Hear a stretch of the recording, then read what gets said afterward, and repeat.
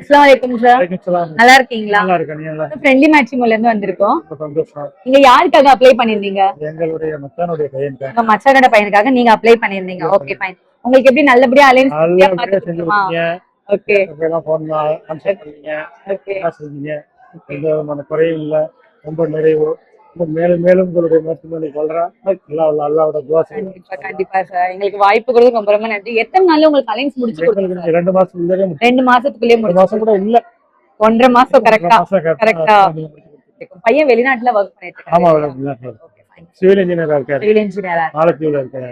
Okay sir. Support பண்ணி எங்களால முடிஞ்ச நண்பர்களுக்கு சொல்லி நாங்கள் உங்களுக்கு உங்க மூலமாக நிறைய திருமணங்களுக்கு எல்லாவோட துவா செய்யறோம்.